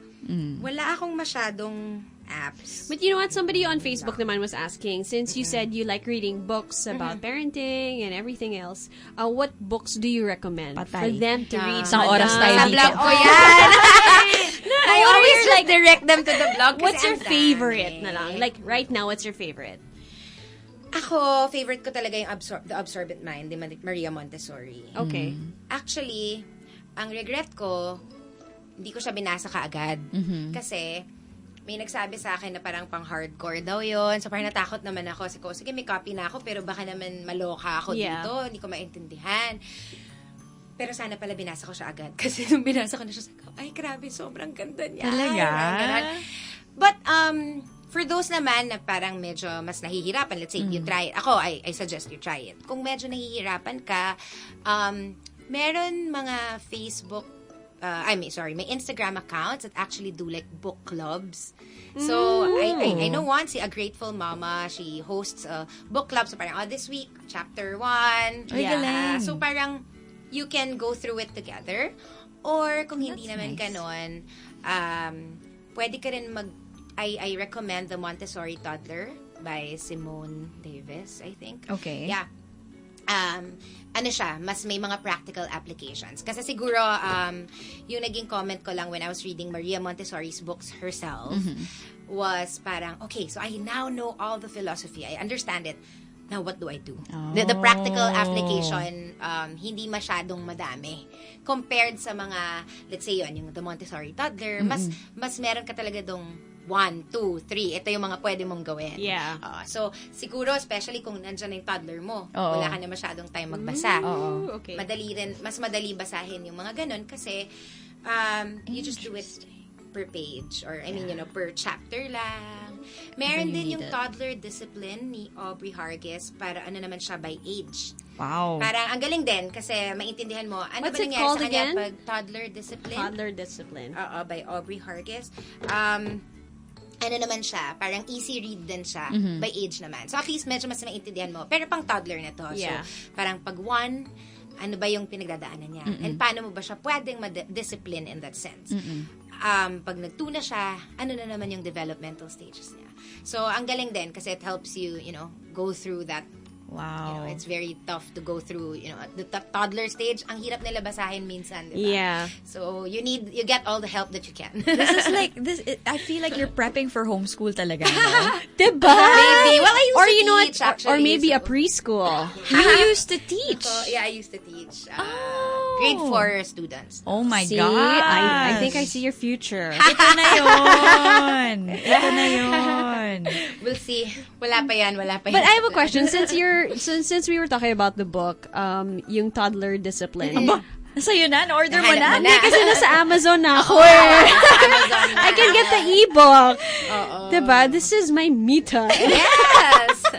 Definitely. No, but how do you plan or how are you disciplining Pablo and how do you plan to do it? Kami, we don't, when I always get asked, do we punish or do we spank? The answer is no. We follow positive or gentle discipline.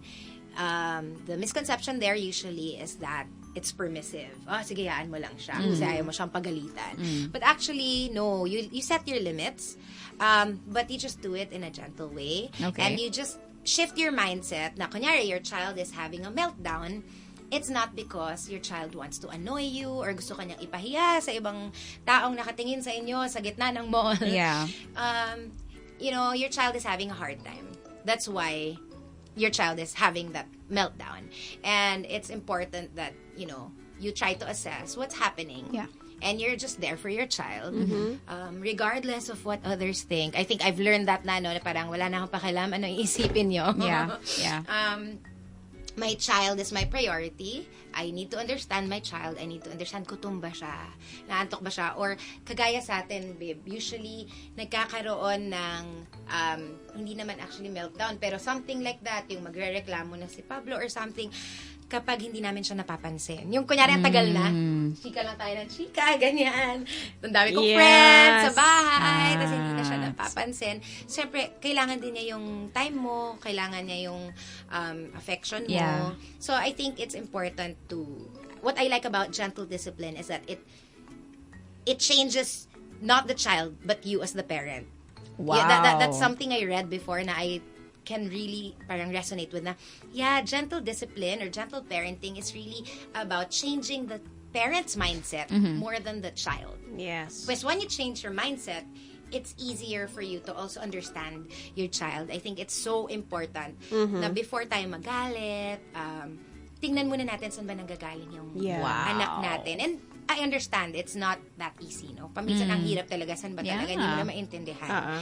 And toddlers especially, that's their job, to test your limits. Talagang trabaho nila yan.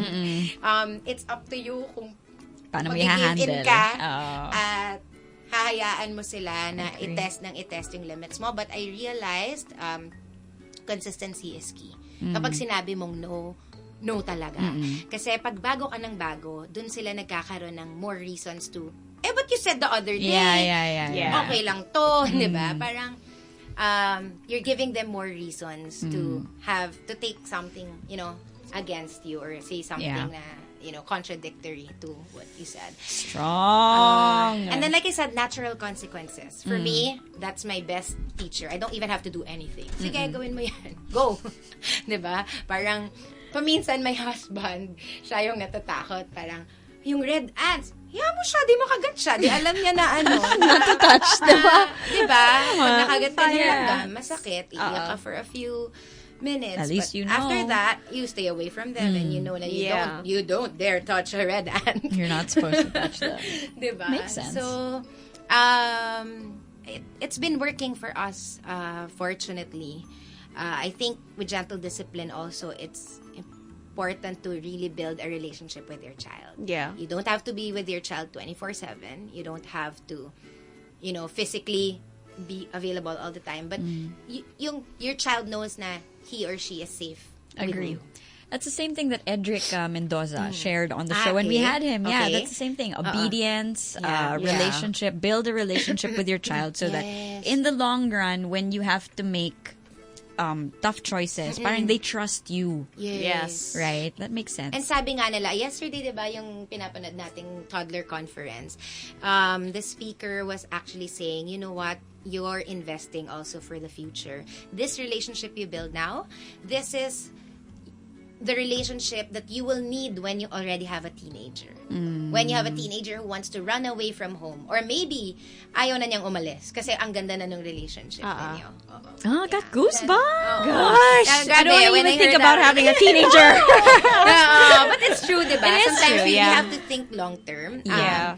I see that sometimes when you get mad right away and you raise your voice, it gets them to, react, and then right away you get a reaction. Yeah. Okay, tatahimik na siya, or wala na siyang mag-obedient na siya sa'yo, pero magiging obedient na siya sa'yo, pero yun nga, parang short term lagi yun, and then in the long run meron siyang ibang effect na mas mahihirapan ka. I get it. Yeah. I think habits are so important. Planting those habits. Yeah. Kahit mahirap. Mahirap, no? I get that. No, because like right now, because we have two, diba? I have a 3-year-old and a 1-year-old. Sometimes when things just get so stressful at home and you need to take a step back to like analyze what's happening. You just turn on Netflix. Yes. Sit down there. Bahala kayo, ganun. Stay there. I just need a couple of minutes. But yeah, you're right. It's just a short-term, problem solver. Yeah. Because in the long run, you could have gotten to the root of the issue. You could have solved it. They always say nga, parang think of it as a teachable moment for you. It really is an investment, no? It's an investment. siya. Yeah. And, well, yun nga, like, also from the toddler conference yesterday, one of the speakers naman said, we all lose it sometimes. Yeah. We're humans. When we're also stressed, you can't expect na sobrang taas ng patience natin, diba? Pero I think it's always important to also forgive ourselves and show how we forgive ourselves to children and to ask for their forgiveness. Like me, I say sorry. Parang I say sorry to my son na, you know what? I shouldn't have said that. Let me take it back. That was wrong of mama. I shouldn't have said that. And they'll understand this, and right? They understand it. And for them, they'll be able to say sorry even faster because they saw you do it. Yeah. Diba? I remember It's a normal thing. one time, parang ayaw niya kasing maligo. And I said, dirty kasi siya. Sabi ko, naglaro ka sa labas, marami tayong dumi. So, hindi ka pwede dun sa bed natin kung hindi ka maliligo. Sabi ko, sa labas ka na lang magsisleep, lalagyan kita ng kama doon. Tapos, na-realize ko, teka lang, parang OA naman ng labas, diba? Pwede naman doon lang sa, doon lang sa baba, like put a kutsyon doon sa baba ng bed namin. Gano'n ba siya kadumi? Hindi, talagang grabe siya kasi, mud. outdoors talaga siya. Everyday talagang, mga nakakadalawa-3 ligo yun. Okay. But anyway, I said sorry to him. I said, you know what? I'm wrong. Even if you're so dirty, you don't have to sleep outside. Parang that is too much. Okay. Parang, okay. If you don't want to take a bath, you can just stay muna in this dirty bed sa ilalim ng, I'll put a bed beside our bed, but not our main bed because it's only for clean clothes. So, I think it's important that we ask for forgiveness also if we're wrong. We can always take it back naman and say, I've changed my mind and mali yung sinabi ko sa'yo. It's funny because are you also aware that parang they come to consciousness, or they remember things from the past, right? What age do they? Is your first recollection of anything? Ako ano kayo? Are you 4, 5? Siguro nga 6 na. Feeling ko ganun. 6? Oo, medyo late na. Ako din 6. Late na. But it's funny how what we teach them from 0 to 6 is so important. But they remember none of it. They're not gonna remember the time that you... Diba? Yes. They're not gonna remember the time that you took them to the park and that they had fun with the butterflies. No. And so they're not gonna remember any of this. But it's so important. I remember, parang I read about that. It's something about the brain. Okay. Parang your brain remembers, not the memories, but like the way of doing it. Yes. So if it's very traumatic, like kunyari, kids daw who are kunyari left to cry it out. Okay. In infancy. Okay. So hinahayaan, parang hindi nila maaalala pagtanda nila na iniwan mo naman ako sa kwarto hindi mo lang ako umiyak. But hindi nila maaalala yun. Pero parang yung feelings, kasi your brain parang keeps that traumatic feeling. So sometimes you'll parang years later daw, a child will be super clingy or takot, parang they don't feel safe. It all stems it's pala it's a feelings thing. What happened in infancy. Parang ganon. Galing, no? But so ang nababasa ko naman, ang okay din, we always have time to make up. We all make mistakes, definitely. Yeah. Diba? Parang kahit ang dami-dami ko nang nababasa. Syempre, like I told you, meron pa rin days na, sandali, paano na nga ba to? Ano ba sabihin ko? Diba? Yeah. So, definitely, we all make, all these little mistakes every day. But the good thing is, we can make it up in some ways. And I think that's the more important part. Na, acknowledge where are we right now, and what can I do to make it better? Love that. It's 11:37. If you have any questions for Paula, just shoot. It's 6310899 Magic. Hello. I think we lost him. Hi. Okay. Hello. Hi. Who's this? Hi. Sorry, I'm going to put you guys on speakerphone. Okay. No problem. What's your name, sir? Sorry. My name is Brian. Vaughn? Brian? Brian. Okay. Brian, okay. Okay, Brian, what can we do for you? Well, my wife, she's very clean. She's very clean? Clean. Like she likes, a lot of alcohol, using alcohol all the time. Sobrang sanitary. Neat. Yeah. Okay. And I mean, it's not bad, of course. She does pass it on to my son. But I think it gets to a point where it's like too much. Yeah, okay. And now he's like, when he touches something, he'll use his thumb and a forefinger. Or Yeah. Are you worried he has no more fingerprints from all the alcohol? Diba? I'm worried that he might become a germaphobe. I see. I mean, Well, that's a valid he's young. Of course, worry. it's good to learn how to, stay clean and but it's just, I think for me, it's just too much. Me being a guy and the way I grew up, go ahead, get dirty, play in the dirt, whatnot. You're not gonna get sick. You need that din, diba? Yeah. Well, yeah. Ako personally, he rolls in the mud. I mean, he's really dirty every day, to be honest. And personal experience, when he was an infant, I was more like, sanitizing everything. Yeah. And he would often get like cough and cold. And one time I said, nung medyo older na siya, I'm like, you know what? He needs dirt. Talaga? He needs to get dirty. He needs dirt. Yeah. So he just started like really bringing him more outdoors, letting him, as in kahit hindi malinis, sige lang, go. Yeah. And not being OC. Like we just really wipe pagkakain na siya. We wash our hands when he's about to eat. But other than that, go. He doesn't get sick. So Brian, what doesn't get sick. What does your wife do? Like for instance, what is give us a scene. Well, every little thing. Like we'll be in the house. Of course, the house is clean. It's mopped. It's swept. But if he sits down on the floor, don't sit on the floor. It's dirty or this and that. Oh. I think maybe it's her that I have to change. I think, sir, it's important also to read up. Yeah, Actually, tell her. let me share something. There's this cancer scientist who was studying leukemia for kids for 30 years. I forgot his name, but if you Google it, lalabas siya. Tapos chinek ko na legit naman, okay? He said na in his studies, what he found was a lot of kids are overly sanitized. And they're not getting the germs or the bacteria that they need to fight off the big illnesses someday.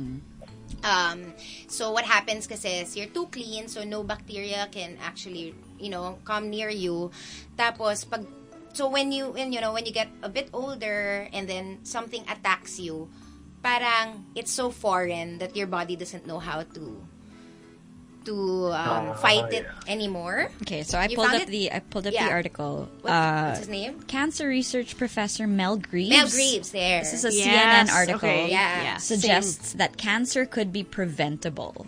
Yeah, baka that's a different article, but yeah, he's the guy. I mean, marami ng articles. Yeah. But, the title of this article is "A Germ-Free Childhood Could Trigger Leukemia." Ayun. Gosh. There. Grabe no. Gosh. Wow. So maybe show that to your wife. Yeah. No, but yeah, I was also told that germs are actually good. Good I- for I- kids. I really- Yes. I really Builds up the believe immune that. I system. mean, seriously, our son hardly gets sick. And diba, we've talked about it. We travel a lot. Yeah. That means we go to all the public playgrounds. Airports. He rolls in airports, I swear. And I know how dirty that is. That's why I changed na nga lang with a pajama and wipe him after. But I mean, I really know how dirty that could be.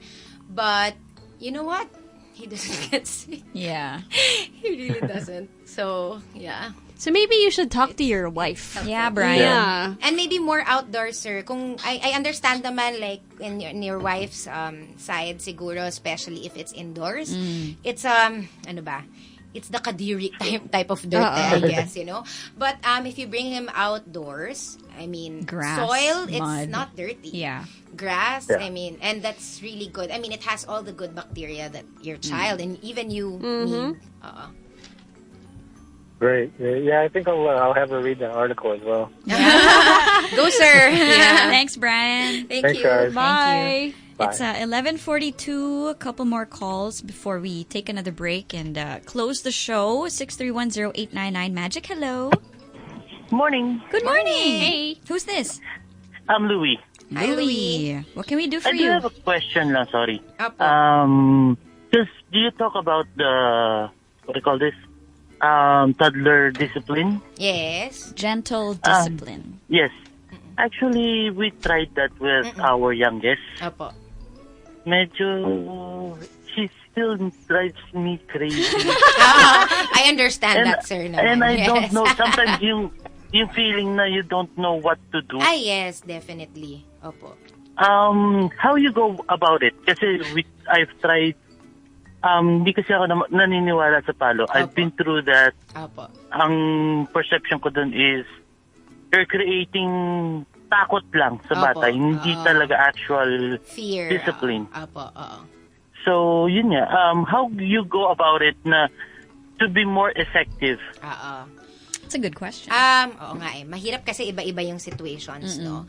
Pero siguro explain ko na lang yung nabasa ko naman kay yung si neuroscientist, si Dan Siegel. You can look him up, sir, yung The Whole Brain Child. I love that book. Yan. So, di ba, he was talking about the upstairs brain and the downstairs brain. Yeah. So, apparently, yung brain natin, ng child, merong dalawang klase. So, the upstairs brain, that's responsible for all the thinking, making good decisions, The logic. thinking clearly, the logic, the logic. While the downstairs brain is the core. Yan yung fight, flight, freeze, response, yan yung breathing, the very core. And normally, those brains, those two parts of the brain, they're integrated. But sometimes, when something triggers something, it's as simple as, kunyari, your child being rushed. Minamadali mo kasi kailangan mong umalis. Or binihisan mo ng something na hindi niya piniprefer, it could, the upstairs brain, parang humihiwalay siya dun sa downstairs. So, pag naghiwalay sila, your child is left with just the downstairs brain. So, nandun lang siya sa emotions, big emotions. Hindi mo siya makakalma kasi nakahiwalay yung thinking brain niya. So, parang useless to actually, get mad, to spank. So, siguro, sir, kami, ang ginagawa namin dyan, try muna namin intindihin talaga saan siya nanggagaling. Yeah. And then, kung hindi ko talaga maintindihan, I will take a breather myself. Like, sige, hayaan ko muna siya. But they always say nga, yung job daw natin as adults is not to join their chaos, but to share our calm. But sometimes it's hard to be calm. Yeah, I acknowledge that. Mahirap talaga magkalma minsan. So, ginagawa ko, sige, iwanan ko muna siya. Pag nag-aano siya, pag nag-meltdown siya, upo lang din muna ako. I'll do my deep breaths or whatever. And then try to, and then, meron kasi kaming song, yung from the Daniel Tiger's Neighborhood, the song. Okay. Parang, it goes like, when you feel so mad that you want to roar, take a deep breath and count to 4. Wow. So we just, okay, count to 4. 1, 2, 3, 4. Okay. Wow. And then, ask him lang, ano ba yung kailangan mo? Kasi after a while, kumakalma rin naman sila. What do you need ba? Doon mo na siya papasukan ng, ano ba yung kailangan? Ano yung pwede natin gawin? And I think, sir, hindi ko alam kung na-try nyo po, pero very effective ang choices. Giving them choices. Yes. Paminsan, nagkakaroon sila ng meltdown simply because they feel that they don't have control over anything. So, ako, I can personally say na we have effectively parang stayed away from possible meltdowns just by giving a choice. Wow. Choice that's actually acceptable to you. Hindi naman choice na kahit anong gusto nila eh. So, kunyari, sa pagkain, okay lang sa'yo, kunyari, pandesal or di kaya rice. So, ang pwede nilang choice, what do you want to have for breakfast? Pandesal with jam or rice with viand? I mean, those are valid choices. Yeah. And then, your child will own the choice, tas okay na siya. Yeah. Hindi na siya magbe-breakdown na, I don't like what I'm eating, or, That's what they said also. That's why sometimes it's, you give choices rather than saying no. Yes, oo. Kasi if it's always no, parang, rather than saying that, you could be like, you know what, rather than doing that, do you want to do this or this? Parang ganon. You give them power. So, you give them power and you give them the ability to decide for themselves. I think it's so important. As in, nakakabawas talaga siya ng possible meltdowns. So, ano susuot mo today? So, paminsan, yun na lang, tatanggapin mo na lang. Minsan, hindi talaga terno yung suot ng anak mo. Or lahat pink. Or, kagaya ko, ginagawa ko na lang, mga binibili ko talaga lahat neutrals. Para bagay siya. Kahit na anong piliin niya. Ganon. Or kahapon, gusto daw niya isuot yung shorts niya. Excuse me. Sinuot niya, baliktad. Okay lang.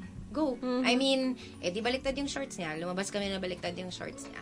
I mean, hindi ka naman, for me, choose your battles na lang. Ayun yung sinasabi ko sa sarili ko. 5 years from now, magmamatter ba na baliktad yung suot niya? I mean, hindi naman eh. So, pag mga ganun, I let it go. So, I guess yun, parang we have your battles. to, That's true. as parents, choose which ones are worth, your really energy. fighting over your energy. And which ones are, alam mo, yan mo na. Hayaan mo na lang. Hayaan mo na siya. Just give the choice. Sorry, did we answer your question, sir? Yes, actually. More than. Thank More you, than sir. enough. I hope it works, no? I mean, try the choices. Try the choices. It's been very effective for us. Thank you. Thank you. All right, thank you, ma'am. It's 11:49. I love how you brought that up, the whole brain child, where you don't get mad at them kasi they're so emotionally high-strung. I mean, even for us adults, right? Di ba parang, kunyari, magsabi ka sa friend mo, nakakainis yung boss ko kasi ganyan. Tapos sabihin sa'yo ng boss mo, iinarte ka masyado. Or, di ba siya nakakainis? Yung parang you just want your friend to, kahit wala siya sabihin, makinig ka lang. I just want to vent it out, you know? Yeah. So and important. we all need that. So important. Okay, last call, 6310899. Magic, hello. Hello. Hello? Mom. Hey, who's this? Guys. This is David. Hi, David. David, welcome to the show. Actually, it's my first time to call. Cool. Hi. So what can we do for you, David? Yeah, so I have a 6-year-old boy. 6-year-old. Ooh, 6. Right. And I have no one else to blame but myself. I haven't been the best example. I like to, joke around with him. So, whenever we watch a movie like The Avengers, I would say, I used to have a built like Thor's or whatever, and I would take it back right away, right? But I think he has started to somewhat adopt that.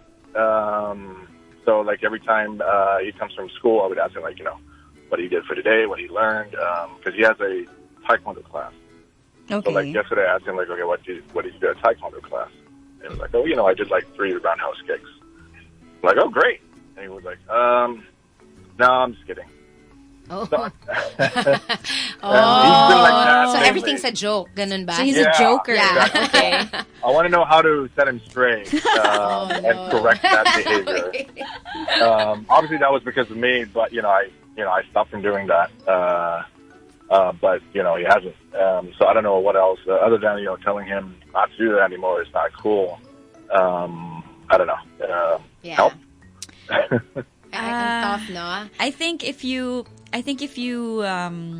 villainize, it'll just make it worse, Yes. right? If you tell him, don't do that. Don't do Plus, Okay. I think it's hard not to parang put that pressure on him when that's what he's been seeing or that's what he's been hearing. I honestly, sir, I don't know. I mean, I haven't really thought about a situation like yours. So, but I'm not sure if this is gonna work. But me, what I would probably do is say sorry to my child for, I mean, parang say in a way na, you know what, I understand why you're answering that way. I feel na that's what I've been doing to you and maybe that's what you saw. But parang siguro we can ask for a change now. I just want to know your real thoughts. I want to get to know you. I don't know, maybe something I Like would that. do something like that. Depending on the situation, but maybe just acknowledge that that he's like that because that's also what he's been seeing and that's what he grew up with. Yeah. Or maybe you can also start by telling him how your day was Yeah. without joking. Right. Diba? Yes, So yes, correct, he correct. could Modeling diba? is Modeling, key. yeah. Yes, Just yes. so he knows how to answer back as well. Na it's not always all about jokes, Yes. Yeah. Yes. So yeah, you can start by doing it first. Well, that's Yeah, I kind of like the second. I don't know. The first one kind of sounds. I don't know how Yeah. that would work like with a 7-year-old kid, like a serious talk like that. But Yeah. I mean, I And don't you wanna know make how it a to big talk deal. to your It's son not like naman. the teachers like come to me and say, get your kid straight. But I'm just worried like how he acts when he's not at home. Although I haven't gotten any like that feedback yeah. from teachers or. Or maybe, But, sir, baka he's just like that nga with you. Yeah, Because maybe that's yeah. his Joke a lot. association Yeah, with yeah. you. That's what I'm thinking. See, maybe it's just with me or.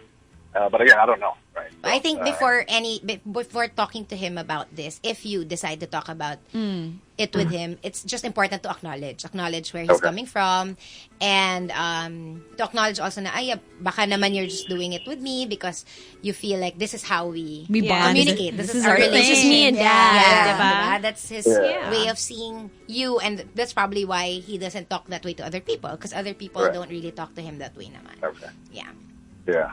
I mean, we always laugh about it, so Yeah. it's a good time. Good luck, sir. let us know. Thank you, Mom. Bye. Thanks, David. Got a See? jokester. Diba? Jokester. Don't you see? It's all dads, Dads. right? How interesting! So it's called the fun. Mother Show, Yeah, but we I got a love lot it. of Thank you, dads calling. daddies. I know. No, It's we the really best. need more dads Yes. who are very supportive. Yeah. I mean, that's really gonna take a lot of load from us moms. Yeah. And imagine the kids that we raise when they see that the leader, the head of the family, is so hands-on and very talagang may leadership. And siya, again, may hands-on direction. doesn't have to be, you have There to be all the physically time, there yeah. all the time. But just to really build that relationship that your child, trusts you and loves you, not fearful of you, just really respects you. Parang follows you because your child respects you and believes that what you're doing is what should be done. Right. Yeah. Exactly. 11:55 is the time. One last call, I promise. 63108. Magic, hello. Hello. Hello. Hi. Who's this? Hi, this is Pao. I have a 6-month-old baby girl. 6 months. nice. 6 months. Okay. Congrats. Yeah, I have some advice kasi we're living with the in-laws. So with the in-laws, we have their cousins. So, yung mga cousins nila, sometimes nakikita ko, they throw super tantrums. Okay. And I'm afraid na when my baby grew up, makuha niya yung mga ganong, yung mga ganong tantrums or attitudes. So, I'm so afraid na I get angry with my kid kasi ganon siya. And then I don't know who to blame. 6 months pa lang siya. Yes. Natakot siya na makuha, kumbaga ma-model yung ganong behavior. I mean, I understand that, no? Kasi talaga rin namang part ng prepared environment is, syempre you, as much as you can, you pick who your child is exposed to in a way na, diba? In a way na, kung feeling mo talaga hindi magiging okay, stay away na lang muna tayo. But, on the same note, syempre, we also want our children to grow up na With their cousins. and That's a big thing. you know, seeing all different kinds of people from all different walks of life. But I think what I would do if I were in your place is to just be more, mas kakausapin ko na lang yung anak ko. Kunyari, may nangyayaring kanyan, I will not say na mali yung ginagawa nung kabilang nung isang bata, no? Kasi, again, you know, children don't choose naman to just, you know, have a tantrum just to annoy adults or something. There is something going on, but maybe I would use it as a teachable moment to teach or to show compassion. Like, your cousin seems to be having a hard time right now. What do you think we can do? Oh, that's nice. To help your cousin. Baka she's hungry. Baka she needs food. Do you think we can offer something? That's so good. maybe that's how I would work my way around it na lang. Yeah, but it's okay. You know, 6 months old pa lang your baby. Huwag mo nang pangunahin. Don't try to scare. Don't try to scare her either. Na parang, oh, your cousins, don't imitate them. They're like that. They're like this. I mean, it's hard to label kids. No, we don't want to label I can see myself kids. na 6-month-old. Kaya kausap ko na siya, don't be like that. How when you grow up, I will spank you. I will get mad at you. Listen, don't let it get the best of you. Huwag mong pangunahin. Just make sure that you're raising your own baby in a very loving, very, you know. And on your end, siguro, yung kung kaya mo rin ngang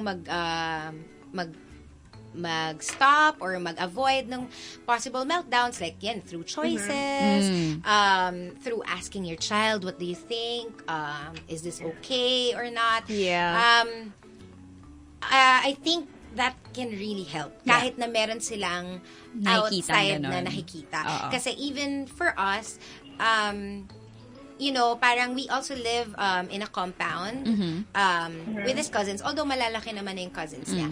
So, wala naman ng mga ganong scenarios, no? Pero, I think it's so helpful whatever we set in our home, the first few years of his life, first year actually, it's so important because that becomes the foundation. Yeah. You know, he doesn't feel na he's left out because his cousins are doing this or that, or, you know, he doesn't feel na he should follow lang his cousins or not, because at the end of the day, if you have a really good relationship with your child will really look up to you. Yeah. Yes. He or she will look up to you for moral guidance, for social guidance. So, ikaw pa rin naman yung makikita niya. So, mag-model, and maybe you can also model compassion and kindness to the cousins who are having the meltdown, and maybe you can offer your help. Either to the mom, to the parents of the cousins, or to the cousin, him or herself. That's a good idea. Yeah, and also, you know what? Check this episode on Facebook because Paula shares a lot of like parenting tips, you know, from the start, because it's very helpful, especially if you're a new mom. Yung Facebook ko, I I've been don't listening actually... nga kanina, so thank you. regarding with the observations, with the Montessori. Thank you. Mag-notes ka na. On Facebook, actually my Facebook page, yung Mama the Explorer, I don't really put a lot of my own inputs there. What I do there is share a lot of articles. So if you just want a lot of articles that are maybe scientifically backed up. Mama the Explorer. Mama the Explorer Facebook. So it's not about me or my son. It's really just articles, mostly of, you know, anything about parenting that I feel is very useful. So you might pick up some things there. Nice. Check it out. Yeah. Thank you so much. Thank you. Good luck. Good luck. It's 12 o'clock. Oh, just like that, we are done. Yeah. Oh my gosh, what an episode. Thank you so much. Thank you. MJ says, this is one of my favorite episodes. See? Since I have a 4-year-old toddler, I've learned so much. Paula, thank you so much for coming. Yeah. Thank you. Thank you. Thank you for Papa the Explorer for driving you here. Papa the Explorer. I like that. Yeah. For me. Thank you, Charlie. And hi, Pablo, if you're listening. Pablo, galing. He's probably with his Lola now. Galing. So, they can catch you online. You mentioned your Facebook page, which is purely articles, but you're very active on Instagram. Instagram is at mama_the_explorer. So Mama the Explorer with the underscores. Yes. Don't forget the underscores. Thank you again, Paula, for spending time. Yes, thank you so much for sharing. We learned so much. I know. We have 2 kids and you have 1, and I feel like I know. Yeah. Galing. Thank you. So thank you again. You can catch her online at mama_the_explorer. The entire episode will be up on facebook.com/magic89.9, but then your interview will be up on YouTube. Oh, You just have to fix everything. Thank you to the dads who called. I'm so No, because a lot of dads, I guess they don't really get to chat with their wife a lot, diba? So when they hear on the way to work kasi, or sometimes the other issues, they don't know what's happening in the wife's brain. We get that a lot. Diba? Yeah. So they wanna hear the comments of other moms, or Thanks, Dad. Fun times. I know, fun times. So again, we'll try to get Delamar for next week. Yep. We've got that mommy magic. The Mother Show on Magic 89.9.